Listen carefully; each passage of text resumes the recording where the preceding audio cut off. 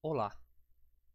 Neste vídeo falaremos sobre conjuntos redundantes, mais especificamente, o objetivo é provar que a nossa cesteira álgebra AG não possui conjuntos redundantes não enumeráveis. Então vamos começar. Estamos prontos para provar o seguinte teorema. O teorema é que é consistente que existe uma cesteira álgebra dispersa, não separável e fully non-commutative, que eu estou denotando por A, com as seguintes propriedades.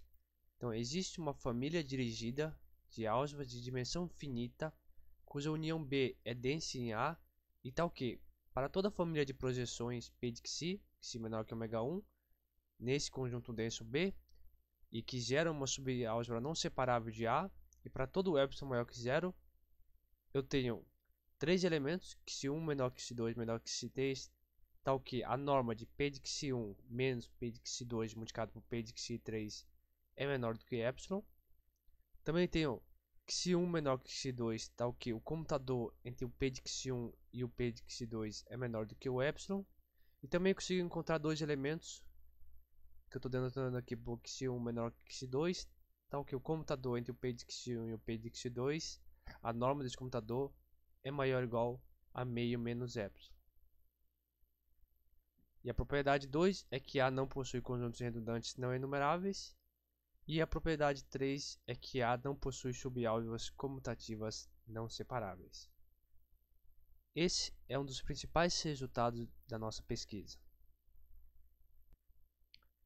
Como nessa série de vídeos estamos focando no aspecto de redundância, eu não vou provar a parte 3,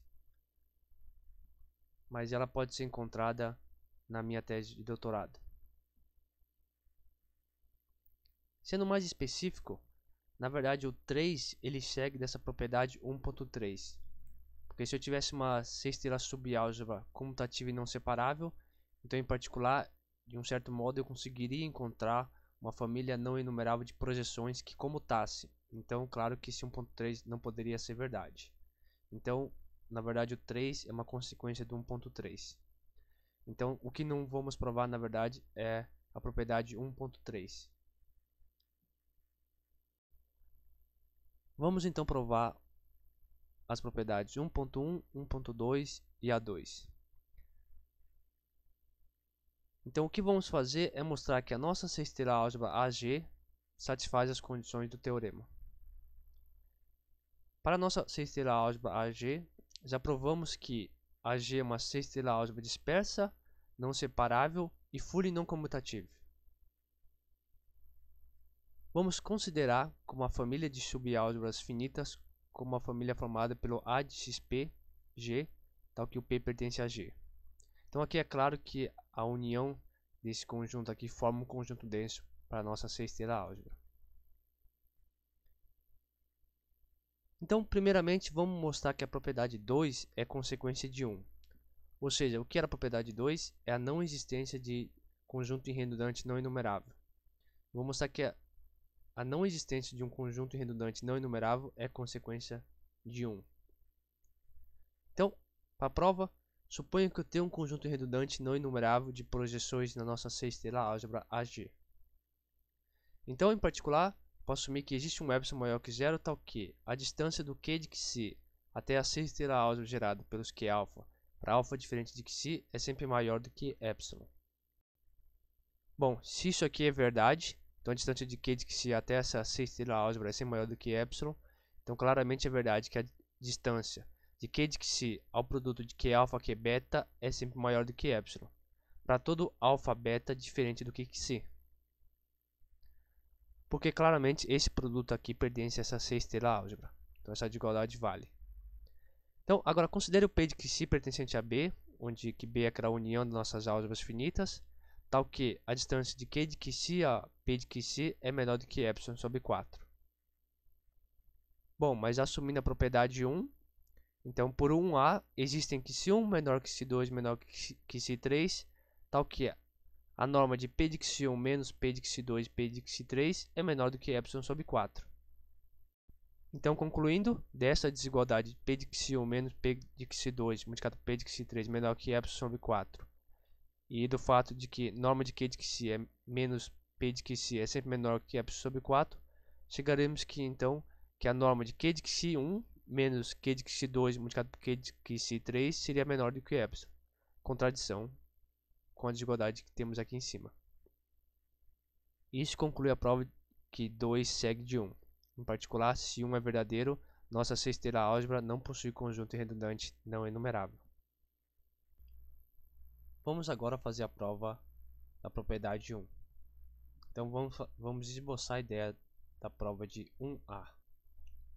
Então, em M de G, considere uma família de projeções P de que menor que ômega 1, contida em B, onde B é aquela nossa união das sexteiras álgebras da forma A de xp para P pertencente a G. Como B é essa união, para cada xi menor que ômega 1, eu considero um P de xi pertencente à ordem parcial e um operador Q de xi pertencente à sexteira álgebra A de x de P de xi, tais que I de GP de Q de xi igual a P de xi. Por um argumento de contagem, eu vou assumir que esses P de xi estão em posição conveniente e além disso eu vou supor que ele satisfaz essa propriedade, que a norma do J sigma de xi calculado em Q de xi menos Q de xi é sempre menor do que epsilon sobre 2 para todo xi menor que xi menor que ômega 1. Agora eu vou fixar um xi1 menor que xi2 menor que xi3. Então, como estamos assumindo que essa família está em posição conveniente, então esses elementos estão em posição conveniente. Eu vou considerar R a homologação de P de 1, P2, P3 do tipo 1.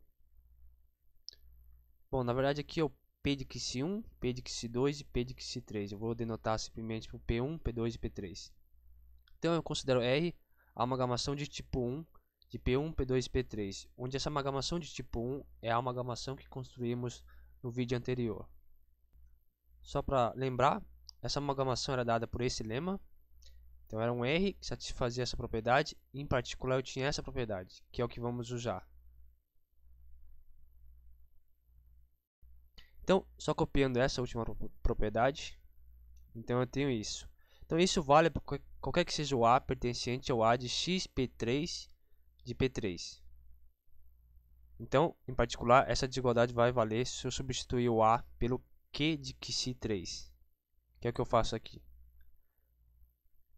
Então, o que eu vou fazer agora? Eu vou combinar essa igualdade com essas desigualdades. O que eu vou fazer é, eu vou trocar esse elemento J sigma 3, 2 de Q de xi3.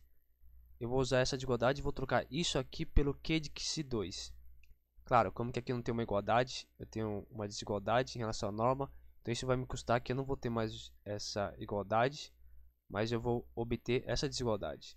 Que o IR de P3 de Q de xi3 multiplicado por IR de P2 de Q de xi2. Então o que eu fiz, eu troquei esse J aqui pelo Q de xi2, usando essa desigualdade aqui de cima. Então isso daqui menos, aqui eu faço a mesma coisa, só que aqui eu aparece o Q de xi1, porque eu tenho um aqui. Então chegamos nessa última desigualdade em relação à norma. Então concluímos essa desigualdade.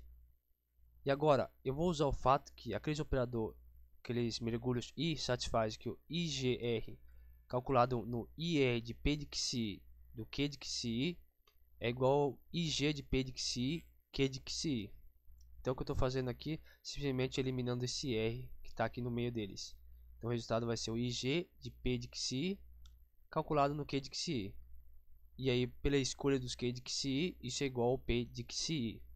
Então o que eu vou fazer, eu vou aplicar o IGR nessa desigualdade aqui de cima. E fazendo isso, obtemos que a norma de P de xi2 multiplicado por P de xi3 menos o P de xi1 é menor do que o epsilon. E era justamente isso que falava a propriedade 1A. Concluímos assim a prova da propriedade de 1A. Para provar 1B, a propriedade de 1B na verdade segue da propriedade 1A. Então para provar 1B, eu pego essa desigualdade aqui e tomo o adjunto dela. Então o adjunto ele acaba preservando a norma, então o que eu obtenho é que a norma de P de xi3 multiplicado por P de xi2 menos P de xi1 continua sendo menor que epsilon. Então o que eu fiz aqui foi permutar esses dois elementos, aplicando o operador adjunção nesse elemento que está dentro da norma. Bom, mas se eu tenho essa desigualdade e essa, bom, então o comutador entre o P de xi2 e o P de xi3, ele é definido como o P de xi2 multiplicado por P de xi3 menos P de xi3 multiplicado por P de xi2.